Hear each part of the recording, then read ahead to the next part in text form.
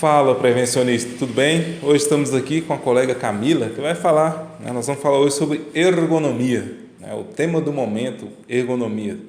Todas as empresas, a maioria delas que são bem intencionadas, comprometidas com a saúde do trabalhador, têm se preocupado com a questão ergonômica. E aí, eu vim fazer um curso aqui em São Paulo, descobri que ela era ergonomista, falei, olha só, rapaz, vamos gravar com ela. Descobri que ela tem também um bom trabalho na área ergonômica, inclusive já está fazendo até cursos gravados, presenciais e tal, enfim. Vamos bater um papo com ela, que vai ser show de bola. Mas e aí, Camila, tudo bem? Tudo bem, é um prazer estar falando com vocês. É muito importante estar disseminando a ergonomia pelo Brasil e vocês fazem parte desse processo. Com certeza. Fala um pouco sobre a sua formação, suas experiências na área, aquilo que você julga importante, só para a galera poder se identificar aí com quem eles estão falando. Sim. Meu nome é Camila Sartori, eu sou fisioterapeuta, me especializei em ergonomia e fiz o mestrado voltado à área de meio ambiente e sustentabilidade. Eu atuo hoje na Posturar, que é uma empresa que atende todo o país, voltada à área de ergonomia e programas de qualidade de vida. Excelente. Qual a importância da ergonomia para o negócio e também para o trabalhador nos dias atuais? A economia, gente, ela é benefício, ela gera lucro. É uma visão muito diferente que a empresa tem muitas vezes de achar que ergonomia é custo. Por quê? Ergonomia reduz os afastamentos, reduz os atestados, reduz os processos judiciais, gera saúde, gera qualidade de vida, gera bem-estar. O trabalhador que atua sem dor, ele rende mais. E isso é um benefício para a empresa, porque ela consegue alcançar o seu objetivo de gerar a produtividade e gerar também o benefício ao seu trabalhador. Com certeza, todo mundo ganha com isso. Quais são os principais aspectos ergonômicos que o profissional ergonomista normalmente observa na empresa, no ambiente de trabalho, quando ele vai fazer o levantamento ergonômico, a análise ergonômica e suas recomendações? É muito importante entender que o ergonomista atua em várias linhas da ergonomia. O que isso significa? A ergonomia não está focada apenas na postura, não está focada apenas no mobiliário. Em ergonomia se estuda, em cada função da empresa, 4 itens. Um deles é a organização do trabalho. Significa como essa função funciona. Tem pausas? Há pressão por produtividade? Qual o ritmo de trabalho? Existe rodízio? Depois, a gente estuda a parte de posto de trabalho, que é justamente o mobiliário, o layout, está de acordo com o perfil do trabalhador. Depois a gente vem e foca na postura. Qual a postura que ele assume para trabalhar? É em pé parado, é em pé andando, tem movimento repetitivo, tem uso de força. E a ergonomia também estuda a parte ambiental, que é o ruído, a temperatura, iluminação e umidade do ar, de acordo com a NR17, focando aí, direcionando ao conforto. Bacana. E onde o profissional ergonomista mais encontra dificuldade para fazer adaptação na empresa? Tem algum local assim que fala, puxa vida, lá vem esse local de novo? Assim, os pontos mais difíceis, de maior dificuldade do ergonomista? Bom, a ergonomia tem 3 maneiras da gente atuar. Uma é a ergonomia de correção, a outra é de concepção e a outra é de conscientização. O que significa isso? Correção é atuar num posto que já existe. Concepção é desde o início do projeto. E conscientização é ensinar as pessoas a como utilizar aquele posto de trabalho. Se as empresas começassem a atuar na ergonomia de concepção, os gastos iam ser menores e a atuação na prática mesmo, na aplicabilidade, seria maior. Por quê? Na ergonomia de correção, você tem que mudar o que já existe. E isso nem sempre é fácil. Adaptar uma máquina às vezes é difícil. Mudar um projeto de iluminação é mais difícil. Mas vou te dizer que a maior barreira que a gente encontra em empresas é justamente na parte organizacional. É fazer com que ela mude a sua cultura, o seu jeito de agir, o seu jeito de pensar. Esta é a maior barreira, no meu ponto de vista. E o curioso é que não adianta, não tem como fazer segurança do trabalho de baixo para cima. Se não envolver a organização, já era. É isso mesmo. É atuar na pirâmide. Primeiro público que a gente tem que atingir é o ápice da pirâmide, que é a alta gerência, diretoria, presidência. E depois ir descendo aí para a coordenação, liderança e o operário em si. Bacana. Bom, a gente sabe que existem vários métodos ergonômicos, que também se chamam ferramentas ergonômicas, tem o Rola, tem alguns outros. Quais são eles, os principais que você utiliza e qual você mais gosta? Eu acho assim que o principal da ergonomia é você identificar o problema e gerar uma solução. Para identificar o problema, existem diversos métodos e em cada empresa você vai aplicar um método diferente conforme a necessidade daquele local. Por exemplo, se existe um local onde tem levantamento ou abaixamento de carga, a gente direciona mais para a NIOSH. Se é um lugar que, por exemplo, tem muita movimentação repetitiva, como acontece em linha de produção, a gente direciona, por exemplo, para uma ferramenta que se chama Suzane Rodgers.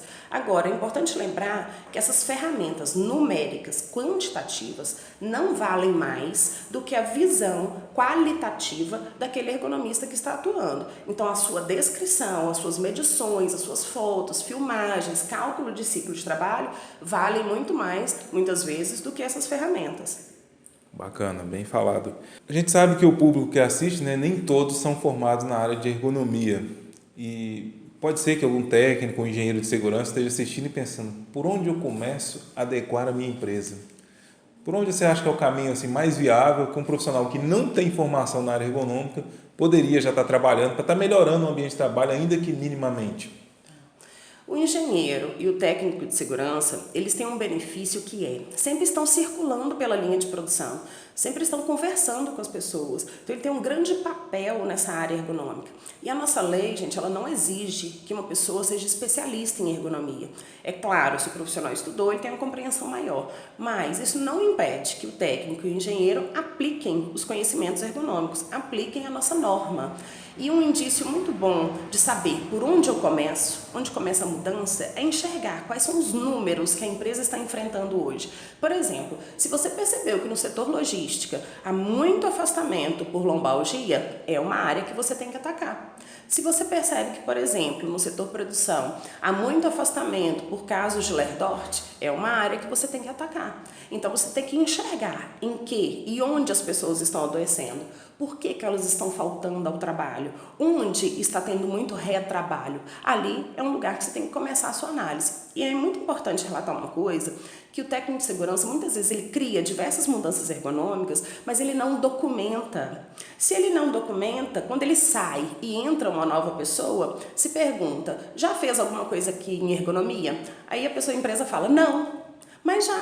Por quê? Faltou a documentação, a foto do antes, a foto do depois, o risco que enfrentava antes e como esse risco foi reduzido. Tá? Isso é atuar em sistema de gestão. Então não esqueça de documentar. Bacana. Como você vê hoje o mercado para o profissional que está buscando formação na área ergonômica? Você acha que tem mercado? Você acha que está saturado? Você acha que ainda existem desafios a serem superados pelos profissionais de ergonomista? Como você enxerga tudo isso para uma pessoa que quer trabalhar na área de ergonomia com formação própria? Bom, a ergonomia eu considero que ela sempre tem mercado. Por quê? Porque a gente tem que cuidar da saúde. Porque os riscos existem. Nem sempre você consegue eliminá-los, muitas vezes você consegue reduzi-los. Então, é um trabalhador que sempre tem que ser cuidado, sempre tem que ser trabalhado. Por isso, é sempre importante estudar a ergonomia e estudar, gente, com seriedade. Tá? Não é aplicar algo que muitas vezes não gera um retorno tão satisfatório para a empresa. Por exemplo, tem muito documento de ergonomia que sempre coloca em todas as recomendações implantar ginástica laboral, implantar pausa, implantar rodízio. Estas são recomendações válidas, mas muitas vezes a gente tem que focar também diretamente naquele posto de trabalho. Então vamos estudar mais essa parte de layout, vamos estudar mais essa parte de máquinas, vamos entender mais sobre a antropometria, que é uma área que vale a pena estudar. E lembrando que, mesmo que não exista na nossa norma algo específico do ramo que você atua, tem que lembrar que o primeiro item da NR17 nós temos que ajustar o posto, as características psicofisiológicas do trabalhador. Isso significa, em qualquer ramo, aquele posto tem que estar ajustado minimamente àquele trabalhador. Show de bola. Bom, para terminar, laudo ergonômico ou análise ergonômica? Eu vou te gerar a minha opinião sobre isso. A nossa área de saúde e segurança, a gente deve prestar muita atenção nas palavras, o que elas significam. E análise significa levantar dados, coletar informações, ir a campo. E a palavra laudo significa documentar o que foi visto. Então, para mim, se faz uma análise para se gerar um laudo ergonômico. Eu não consigo entender quando uma pessoa me fala que eu quero algo mais superficial, eu quero algo mais profundo. Se é algo mais superficial, você não está identificando os riscos daquela função. Então, para mim, sempre tem que ser algo detalhado. Para isso, se faz uma análise, entrega-se um laudo. Bacana, show de bola. Muito obrigado pela presença aqui. E o pessoal que pode estar querendo te encontrar, né? Onde eles conseguem te contratar, conseguem ter mais contato com você, tirar dúvidas, enfim. Passa seus contatos aí para a galera. Vamos lá. Nós temos o site posturar.com.br e estamos nas redes sociais, Instagram, Facebook e no YouTube, com o nome Grupo Posturar. Bacana. Quais são os serviços hoje que vocês trabalham? Hoje, o nosso cargo-chefe é a ergonomia, que é a realização dessa análise do programa de gestão em ergonomia, os treinamentos e os diversos programas de qualidade de vida que envolvem a ginástica laboral, massagem, nutrição dentro da empresa, psicólogo dentro da empresa. Show de bola, muito legal. Muito obrigado, Camila, pela presença. Imagina, eu que agradeço. Obrigado, prevencionista. Se você gostou, curte aí, se inscreve no nosso canal. Se você quiser ver a Camila aqui de novo, comenta aí, né? Quando a gente estiver passando de novo para São Paulo, a gente vem incomodar ela de novo. Obrigada. Até mais.